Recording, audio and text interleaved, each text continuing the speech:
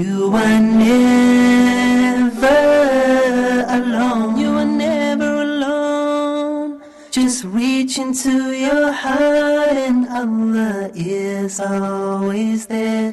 You are never alone. You are never alone. Through sorrow and through grief, through happiness and peace, you are never alone.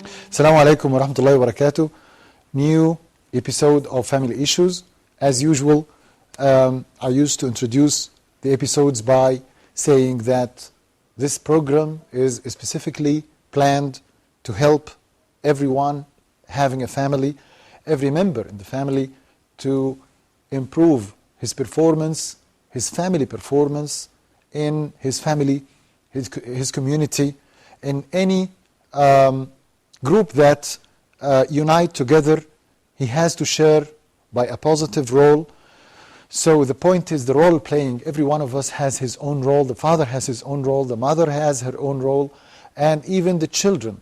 Every one of us is having his own value and his own role. Out of talk, undoubtedly, we are in a life or in a world where nowadays money and finance is occupying a big deal of our life. Therefore, we have to discuss it. No way, we cannot. I remember one of the previous or the next few episodes discussed or is going to discuss also points related to spiritual and to soul issues. But today, our issue in family issues is different. It's related to the materialistic life, related to the high-tech life that we are living nowadays. One of the demerits of this era is that everything now is costing so and so. In other words, when you meet someone today, he says, how much does this cost? Whatever it is, whether it is a product or it is a service. Unfortunately, I'm afraid that someday motherhood or fatherhood as a service is going to be paid for money.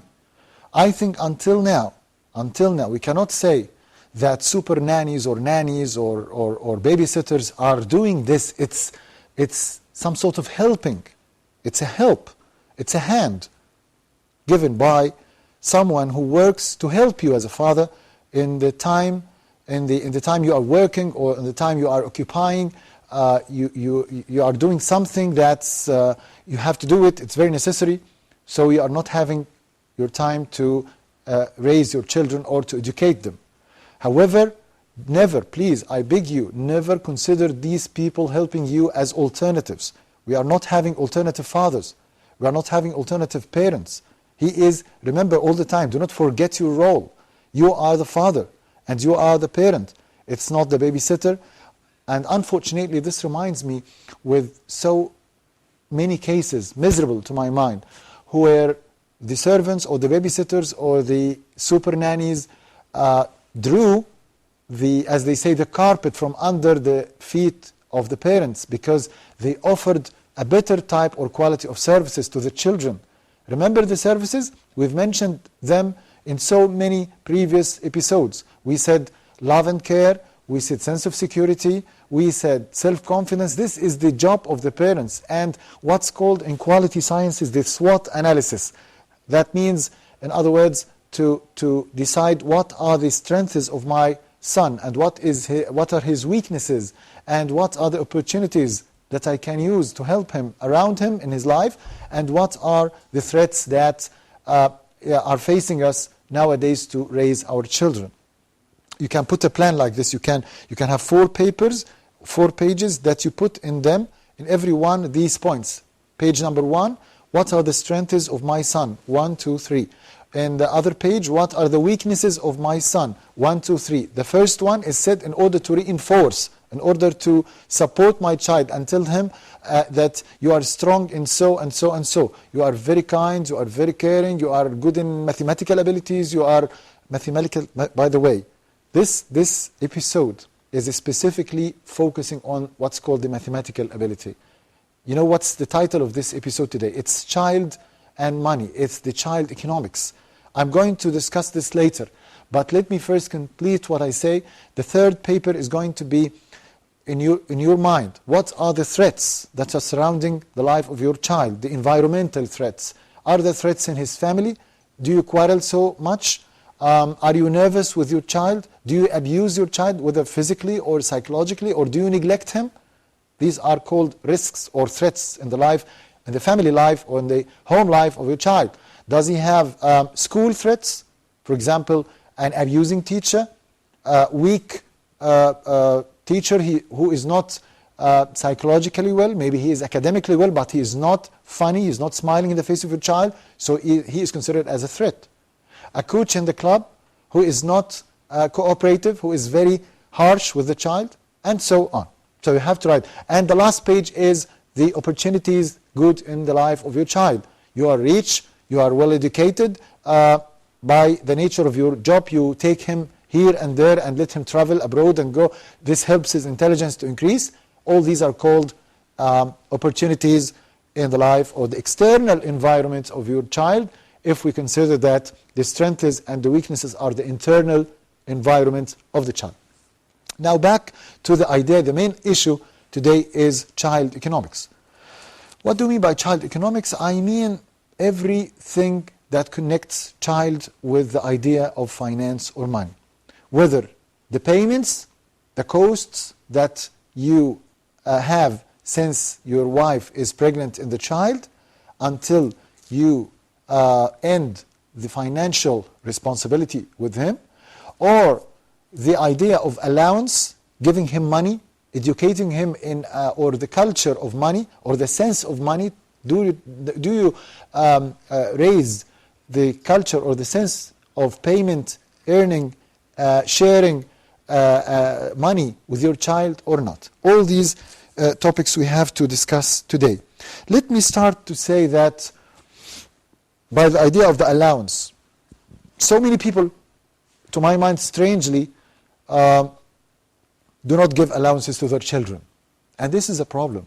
Because, you know, allowance or the money you give your child every day or every week or every month in his hand, money, cash money in his hand, this is not the idea. Leave the idea of the cost of the money itself. Leave the idea of that I pay for him, for example, £2 or £10 or $2 or whatever per day as an allowance to let him buy or sell or something, or to have his own sweets or candies or what. No, the point is that money in the form of allowance or in the mold of allowance is one tool of education for the child. Let us call it the economic education of child. Economic education of child. Because the one who teaches his child to use money in a good way, he gives him, for example, a daily allowance of money, certain amount. This amount should be, of course, suitable for the day payments for a usual child in his age. He's going to buy, for example, some chips or potatoes or sweets or candies and drink, for example, water or candy or something. So he have the allowance should be suitable and suits this amount of things that he's going to buy. Or otherwise it's going to be something painful. You cannot give a child, for example, £1 per day, and the packet of biscuits, for example, he likes to buy is costing £2. This is unlogical, of course, and he's going to suffer. So, number one, the payment of the allowance should be suitable for the time, for the payments, you know, that your child, even to my mind, in addition to the idea of the lunchbox. This is different from the lunchbox. Some people think that what's the necessity for giving an allowance? I give him everything, the sweets, the candies, the sandwiches. I put them in the lunchbox and put them cleanly and giving it to him. And so many people say or defend this idea because they do not like their child to buy something artificial or something that might be contaminated or something. So this is the idea. But no, it's not the point. To my mind, You have to train your child to use money in order, in the long run, to develop the sense of money, payment, and so on, and earning. Anyway, we're going to discuss this in detail in the next segment. So first, let's have a break and come back. You are never alone. You are never alone.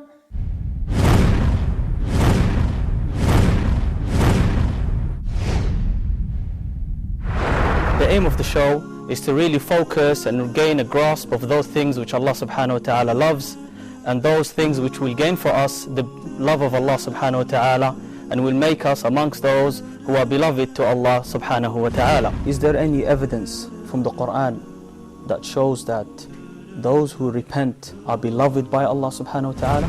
Allah subhanahu wa ta'ala is happier, is more happier with the repentance of his slave than you if you came across your camel after you lost it in a wide open land. Servants of Allah are those servants who have drawn closer to Allah. Do you know who they are and what qualities they possess? Wouldn't you like to be one of them? The love of Allah subhanahu wa ta'ala will enable us to reach into a status wherewith or in which we will taste the beauty of Iman. We would like to be amongst those who love Allah subhanahu wa ta'ala and those whom Allah subhanahu wa ta'ala loves. Indeed, you will see your Lord as you see this moon, without having any harm in seeing it. Way how we fast. We might fast, we might abstain from food and drink, at the same time we violate Allah's boundaries. And then how can we get taqwa? Learn how by tuning into your show Servants of Allah with Sheikh Saeed Al-Ghadi, airing throughout this Ramadan.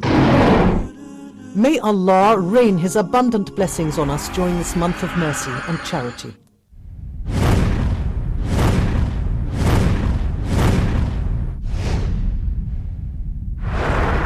Sheikh Haytham Al-Haddad sheds light on the second best generation of this community, the successors to the companions. These stories serve as guidelines for us covering all spheres of life, political. Now let us understand how Islam deals with prisoners of war. Umar ibn Abdul Aziz told his son a very important policy that has been used now by so many jurists to address some contemporary issues. Worship. He used to pray 1,000 rak'ah. 1,000 rak'ah a day. Maybe we wouldn't understand how they managed to pray 1,000 rak'ah. There is an element of barakah that Allah Jalla wa Ala gives to certain people. Social. Who is going to allow me to marry their daughters? I am a poor person. I don't have money. I only have 2 dirhams. Who would accept me to marry their daughters while I'm in that devastated situation? Sa'id ibn al-Musayyib said, I do. As well as economic and other aspects of our daily life.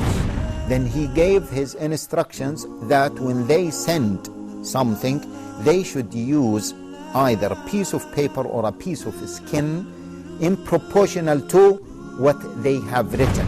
Do you want to call this as caring about the environment? Do you want to take to consider this as a matter of worrying about the wealth of Muslims? Don't miss out on Second Best, airing on Huda TV. May Allah bless you and your family. You are never alone. You are never alone. Welcome back to Family Issues. And dear friends, I'm so happy to join you, and I hope that you join me also by your telephone calls and your comments and your sharings with us. And therefore, let me first remind you with our telephone numbers. There are 2 numbers, 002 02 38 35 248 and 249. We are speaking today about a very, to my mind, sensitive issue, which is the psychology of child economics. It's not pure child economics, it's the idea, the educational or psychological or behavioral dimension of child and money. This relation, which is a very specific type. Some people do not give money to their children at all. They give them foods, they give them toys, they give them things that materialistic, but not money itself. Some people, on the other hand, on the contrary, they give them money and skip giving toys and other things. They tell them, buy by yourself. So we want to know the balance. We want to fulfill the balance. Therefore, sometimes problems occur due to this sort or this type of imbalance. Today, this episode is, let us consider the troubleshooting episode for the idea of child economic problems and its psychological repercussions on the child. Again, we're speaking about the daily allowance, the money you give to your child. Teach your child to have his own dignity, not to take money from other people other than the father and the mother, because this is psychologically harmful. And this, you are going to ask yourself, when does this happen? It happens when you give your child money less than the usual or the suitable amount that can let him buy things that he needs every day. So, for example, as I've said in the previous segments, you give him £1 or £2, and the least thing in the canteen or the shop in the school costs, for example, £4. So how come he's going to take from other children their cans to drink with them, and they are going to feel that he is begging them? So this is, I think, it contradicts with the self-concept and the self-esteem of a child, the point that we are usually building in our children in this program. Of course, giving allowance builds in the child the sense of responsibility. And if I gave my child, for example, a daily allowance, a fixed, regular, suitable, not above, not below, amount of money that lets him buy, as I've said, what he wants. So day by day, he is going to develop sense of to give a decision or decision making. Because I'm going to ask myself, I'm going to buy chocolate, for example. Oh no, but if I bought the chocolate, I'm not going to have the magazine I want to buy. So he's going to put a break and let him postpone, for example, buying the chocolate and have an alternative, have gums, for example, which is a little bit less expensive. So this is good because it makes the brain of the child works. He thinks and he subtracts and he adds, and he multiplies and he divides. So all the mathematical processes are going to go on in his brain. And this is, for the brain, for intelligence, is very good, specifically for the area of mathematics, which so many doctors have said that it's specifically what's called the corpus callosum. The corpus callosum is the area that is connecting the two brain big lobes or two hemispheres. The brain is formed of two hemispheres, and they are connected together by some kind of tissue full of fibers. This is called the corpus callosum, and so many doctors say that corpus callosum is responsible for the mathematical abilities. And subhanallah, some children who are having congenital problems or congenital anomalies are born without this connecting tissue, without the corpus callosum, and definitely, of course, they are having mathematical problems. You know why I spoke today about this? Because yesterday I met a mother who didn't used to give her child money every day, not in a regular way, and the money when she gives is not that enough. And another problem was the child is 11 years old and he has no mobile, no cellular telephone, even if it was a low-priced one. And therefore they noticed the child started to steal money from the father, from the mother, and they discovered it. And when the father unfortunately discovered this, he abused the child in a way I cannot imagine, I cannot tell you how this was a crime. Really, I'm sorry to say that this father is nearly a criminal.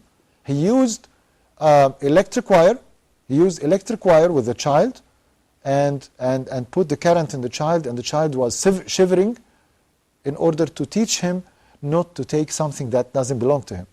And unfortunately, the more astonishing way of punishment, another time for the same reason, taking something that doesn't belong to him, is to let the child work for someone in a shop for cleaning cars or something like this, or painting the cars. And the man was, I cannot tell you, very abusing to the child by bad words and bad names all the time. He said, I let him work in order to, and this, you know what's the problem, is to pair the value of work with the value of punishment, as if work is punishment. This is very negative in education and in raising children. How come? How come you punish your child and tell him your punishment is that you're going to work with someone? This contradicts with logic even. And instead I should teach my child that I'm going to reward him by letting him in the summer vacation work with someone. For example, go to, if he's a rich man, he can let his child go to France and get the fruits of the strawberries, for example, to work there and to get a new experience. Or if he's a poor one, he can help someone in the shop, but tell him that this is a reward, this is not a punishment. So work lets people get money. This is another value. So giving money to children in a good logic way is a good way of education. So why not you give your child money? How much per day? As I said, it should be suitable. Some families give their children money on a daily basis. Some other families give their children money on weekly basis. Some others give on monthly basis. Well, this depends on the psychodynamics and the way that children think. To my mind, I think I may, but I should take the permission from all the children or my sons. One of them, for example, takes his money on daily basis. Another one takes it on weekly basis. A third one takes it on monthly basis. It depends on the way that makes us feel relaxed and comfortable together. But if the child did something good, you can add to the money as if it is a bonus in addition to the regular salary. It's like salary. You are training your child as if he's a man working or an employee working in whatever company. It's a sort of training.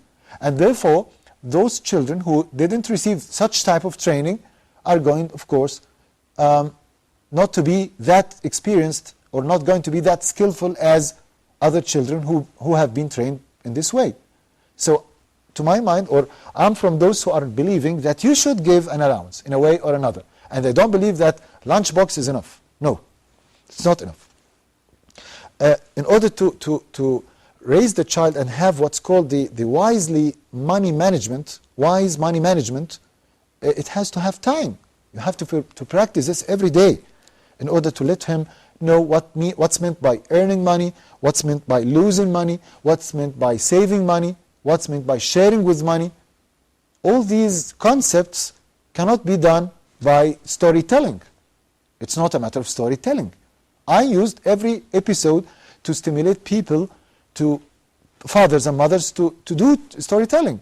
But in this case, you have to practice it by yourself. You have to give him money by all types of money, by all situations. For example, sometimes in the occasions of birthdays or success days or whatever, you can give some money. You know, in the occasions of Eid, for example, the feast, fathers give this is a tradition in the Islamic world, that in the first day of the Eid or in the last day of Ramadan, they used to get an extra amount of money for the children in order to buy something as a sort of celebration with Ramadan, with the Eid or the feast. Also, I want to stress on that, that father I was speaking about. I don't know, he's a miserable one. He doesn't want to pay. He's rich enough. I knew that he was rich enough. So why don't you give your child this low-priced mobile if you find that all the children and all the colleagues around him are having mobiles? He's going to feel that he's different. He's a second-degree citizen. He is low or inferior than the others. If you say that it's too early, you are afraid of the electromagnetic, for example, waves. Okay, but this is the life of all children around him. You cannot make him. If you want to make him different, to my mind, you make him better than them, not less than them. This makes cracks or scars in the personality of the child. And this is, of course, negative. This is one of the demerits of unskillful or bad quality parents. Also, let me train my child to pay charity for poor people. How he is going to know this? My child, the youngster, Yusuf, is 4 years old, and I used, when he is sitting beside me in the car, I open the window if there is a poor man and put some money in his hand and tell him, give it to the poor man, and tell him, for example, God bless you, or have something to eat. And I used to say to my child, you know, he is having now the kumbu, you are going to give him the money, he's going to buy the kumbu and drink, and he's going to supplicate and say, God help Yusuf, thank you Yusuf, you are a kind man Yusuf, in order to reinforce, he's 4 years old, 4 years and a half years old. And I'm training him from now, just by putting the coins in his hand, his small hand, to put the coin in his hand and let him present the money, these 2 or 3 coins, to the man, to the car man who cares about the cars or something, in order to let my child from now understand what's meant by poor and rich, low and high, and charity, misery, generosity, you know. So this is very important. Another aspect, so in order to prevent the problem of stealing, because you know stealing problem or theft crime is having about not less than 14 motives for those who steal. The first motive, you know what's the first motive? It's very funny, that some children do not know what's meant by properties, what belongs to me and what doesn't belong to me. And you know how this problem is created? A father who buys toys, for example, he buys, for example, one toy, okay, and he put it in the hands of his children and tell them, hey kids, all of you play together with this toy. It's one toy, and there are 2 kids, so they are going to make a quarrel.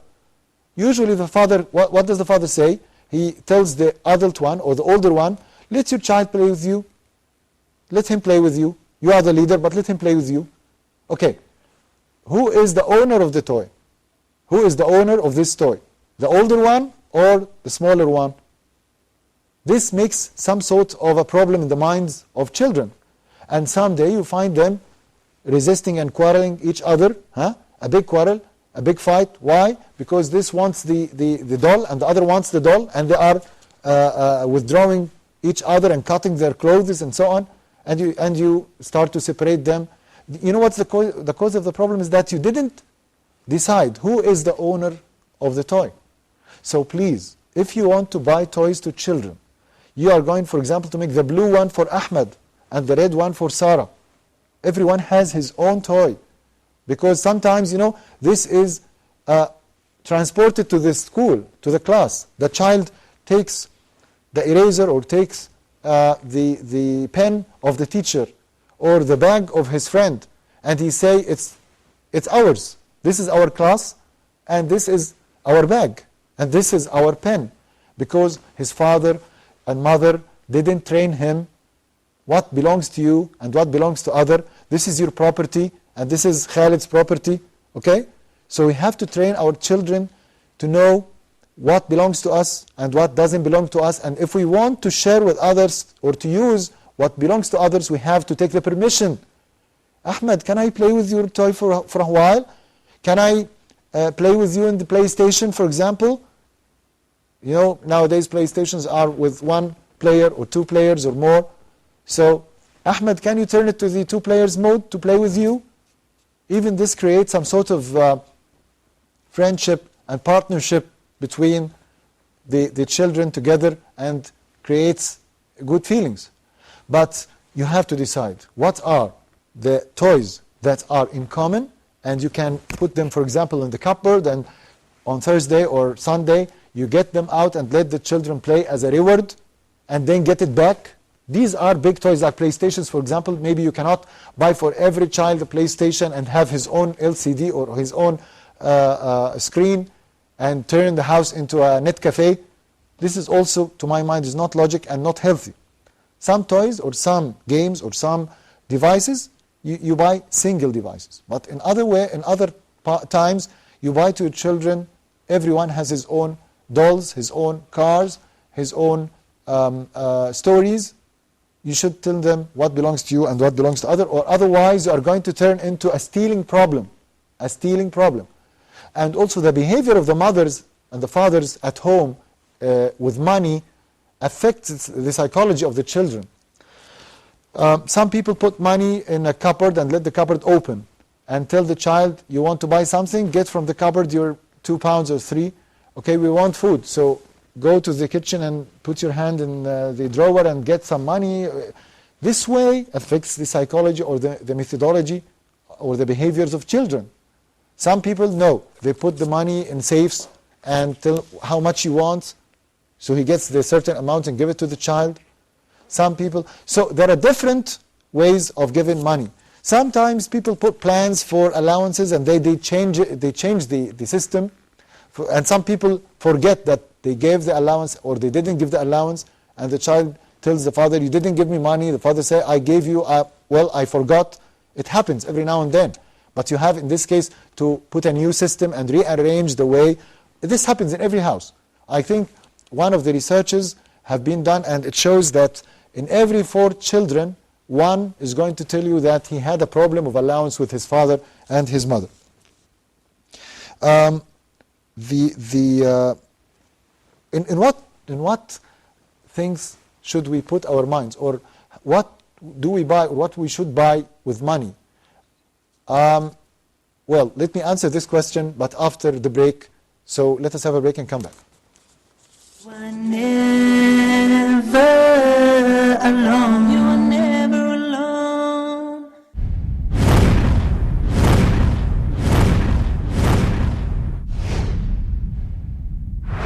Welcome to Ramadan in Focus. I'm Yusuf Estes.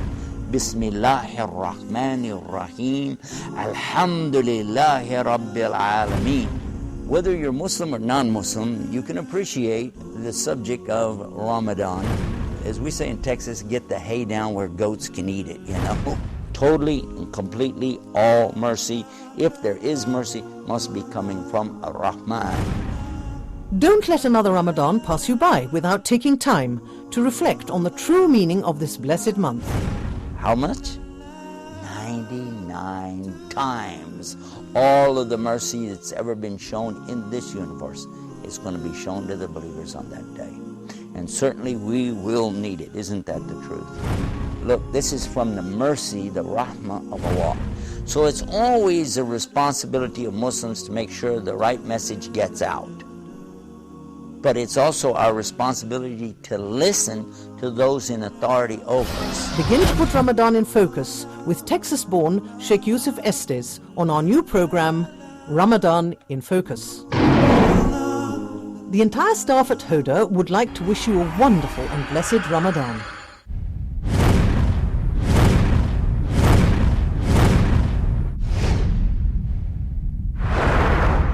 All the prophets are brothers, and they represent the same message. What was the call of the prophet? What was his invitation? He was inviting to what? So the prophet said, "Oh Allah, grant your mercy on the one who is tolerant if he sails, on one who is tolerant if he buys, and one who is tolerant when he seeks his rights." In this program, Sheikh Abdul Rahman Damashkiya presents Reminders, a bouquet of various reminders and admonitions that we need to strengthen our faith, taste its sweetness, perfect our acts of worship, and refine our morals. Try to discipline them in the best way. Those daughters will be his shield. That means those will be the reason, the cause of his protection from hellfire. Because of what? Taking care of them. What you have in this life, no matter what you have, is less, and it is temporary.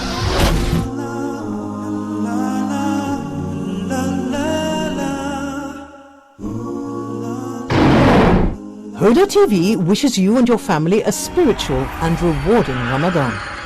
You are never alone. You are never alone. Assalamu alaikum, welcome back to Family Issues. This issue or this episode is about a very important point in the life of the family, It's how to teach the children to use money and how we pay money on the children or for the children. These financial issues, tackling the finance and the economics of a family is very important. It's actually one of the child rights. His rights, of course, one of his rights is, of course, to pay money, to get food, to get shelter, to get protection. Of course, this no doubt, this out of talk. But I'm not talking about this. I'm speaking about the behavior of using the money. For example, when you set a bad model to your child, a bad example, you find your mother, for example, wasting money all the time in things that are trifle. You find your father, unfortunately, having alcohol, for example, paying his money. He's a dope. He's an addict, paying money to get wines and to get things that separates him from life and from his own life and his own way of living and his problems. This is escaping from problems. This is not solving the problems. This sets a bad quality father to the child's mind and is a bad example for him. So it's one of my rights is to see my father and my mother paying well in a good way, and their behavior of money is a wise one, to manage money in a good way, to put in their minds that some amount of money, whatever the amount of money is, should be kept for others, for poor people. We should be donating. We should help other people. This is psychology. This is not religion. This is quality person. If you want to have a quality human being, whatever his religion is, we are speaking about humanity. Every one of us should help the other human, his brother or his sister. So a part of my money on daily basis or a monthly basis or whatever should be kept for others. I should teach my child this. I should let him train this and practice this. Another point is saving money. Nowadays people are having rivalry in putting their monies in banks in Switzerland and other countries. You see, okay, this is also a culture. But in the same time, I have to put in the mind of my children that Prophet Muhammad, peace and blessings be upon him, used to pay money on daily basis without being afraid at all of that he's going to be poor. You know, this is very important feeling to train your children to be. Prophet Muhammad sallallahu alaihi wasallam, peace and blessings be upon him, used to pay money without any fear that he is going to be poor in some day. He gets out of his pocket the money and gives to the poor. Sometimes the money is finished, but you cannot know. When he gets the money out of his pocket, God sends him money from other places or things from other places. So you should try to build this in your child, that you have to pay, but in good lines, in helping other people, in helping humanity, and never mind, do not pay any attention or be anxious about from where these monies are going to be recompensated again. A very important point I want to tell you is what's called the attention deficit disorder in children, because it's a costly problem. But before I tell you about this, let me read to you one of the emails that came to us from Sarah. Our friend Sarah has sent an email that says, I like reading and writing. Once I wrote novel and posted online and people liked it, but after finishing it, I quitted writing because I felt that I have no real skill of writing. Maybe because I had none to encourage me. I had another hobby that I stopped because it is haram. One hobby, I don't know what's the hobby, but she says it was something that is haram. That means a taboo or ban. Whenever I have a hobby, I say to myself, I'm not skillful or qualified in it, and I feel that I'm walking in the wrong way. My question is, how can I discover my hobbies and the characteristics of my personality? I need much advice. Well, that's a good question. Well, let us make the thermometer of haram or halal, maybe from watching TV in some of the programs or channels like our channel, to ask those who are specialized in these points. But generally speaking, I know a hadith that says by Prophet Muhammad that you are going to ask your heart even if you heard the answer from those who are specialized or not specialized. You are going to ask everyone, is it halal or haram, and then come back to yourself by your heart. Even if all the people told you that this is right and you are feeling that it's not good, do not do it, because this is your nature and your nature is right. The point is that I'm sure, Sarah, that you did so many things good.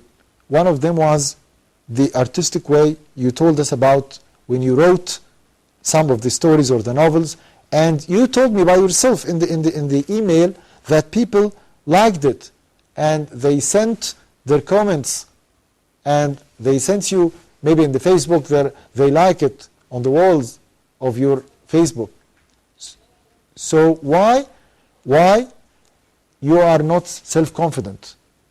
Whatever, if you looked or read in so many cultures and so many domains, maybe what I've said is not exactly a hadith, or maybe it's a proverb or a saying or whatever, but at the end, you are going to find that your nature is right. Even this is directed to all those who are watching us, even if they are not Muslims. Follow your nature. Your nature, God created us in a good way, and our nature is pure and good. So if you felt, of course, that something you are doing is banned or taboo or haram, for example, that makes you feel that you are harming someone or doing something bad to someone by your hobby, by your work, of course, I tell you, please, as soon as possible, quit. But if you are not annoying anyone, if you are sending novels, good novels that set good values to people, or you, for example, draw good paintings or something like this, why not? Let's have this phone call. Assalamu alaikum, Abdul Aziz from Nigeria. Assalamu alaikum. Algeria, Abdul Aziz. Good evening. Assalamu alaikum. Alaikum salam. How are you, Abdul Aziz? Good evening. Good evening. Yes, I'm very fine, thanks. Do you have a question or comment, Abdul Aziz? Yes, I want to thank you because you because you have reminded us about the Prophet sallallahu alaihi wasallam. Alayhi salatu wasalam. Thank you, Abdul Aziz. Go on. Concerning that our Prophet do not fear about tomorrow. Yeah. Yes. And I want to deliver this idea to all the Muslims. Yes. Thank you. Thank you, Abdul Aziz. Well, our friend Abdul Aziz from Algeria is reinforcing the idea of mentioning our example, and this is, of course, itself, it's something very good from Abdul Aziz. He is reinforcing the idea of taking Prophet Muhammad, peace and blessings be upon him, as an example in everything. This is actually my belief. I believe in this because he is in all the domains. He is the best example. He is the human being, the ideal one in the world, and in psychology, in economics, in behaviors, in everything. So thank you, Abdul Aziz, for your comment, which is very valuable to my mind, and you enforced me to use, as usual, Prophet Muhammad as our example in all the topics. Let me go back to my issue after Abdul Aziz and Sarah's email and speak about one of the toys that I bought, or the games I bought in my home, that help my children to, or train them as a start to understand the idea of money. That's the game, the famous game since we were children, which is called Monopoly. Monopoly, or in the Arab word they say it, the Bank of Luck. The Bank of Luck. This game is having something like a cartoon board, okay, and it's this board is having so many places, and you have one piece, for example, these iron pieces or plastic pieces are cars or animals or something like this, and when you throw the dice, you move a step or two or three or so on, and in the step there is something, a verdict or jail, or you are going to earn money, or you are going to travel to a city and you read an information or a new piece of knowledge. It's very helpful in so many ways, but the most important thing to my mind in this game, which is called Monopoly, or the as I say, the luck, the bank of luck. Luck here means money, means having pieces of ground, having buildings, having money, having savings, having accounts in banks. So this is an economic training for the child. I use this, and it was very helpful to me to understand what's meant by $100, what's meant by $1, what's meant by 2 and 3 and 4 and 5. It helped me in mathematics. It helped me to understand the concepts of money, and as I've said before, all the mathematical processes, the subtraction and the dividing and addition, and all types of mathematical processes that are very important. So by playing and giving stories and fun, science infuses inside your mind easily, spontaneously. This is very much better than using them in that direct way in schools by teachers. By the way, when my children were young, at the beginning, I used to, when I have the salary, I used to divide the money, for example, hundreds, I put the hundreds in this place, and I put, for example, the fives in this place, and I put the 10 pounds in this place, and I give this child the 10 pounds, I give this one the 5 pounds, I give this the 50 pounds, and then have envelopes written on them, for example, the gas, the electricity, the petrol for the petrol for the car, the charity for the poor. And I ask Muhammad, give me 100, I put it in the envelope. Amr, give me 50, and I put it in another envelope. This is the envelope of gas, this is the envelope of lighting, this is the envelope of the aeration, the air condition, and so on. And we used to play this every month, for example. One month, one of my children asked me a question. This was maybe the third or the fourth time we tried this, let us call it game. He said, Papa, I want to ask you a question. I said, what? He said, this means that this light is costing money? I said, of course. Don't you think that you are having this money and the envelope is written? Of course, I teach him reading by this way. I teach him to think by this way. It was so easy for any parent to tell his child, do not turn on the light all the time. It costs us money. This is what usually is done in every home. But this way, this untraditional or indirect way, trains the children to guess and to think what is the reason for, or what is the cost of everything around them. Actually, I had so many other points as usual to discuss with you, but unfortunately time is over.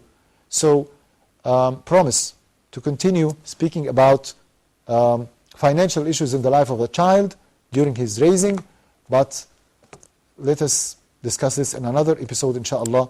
So see you next in Family Issues. Assalamu alaikum wa rahmatullahi wa barakatuh. You are never alone. You are never alone.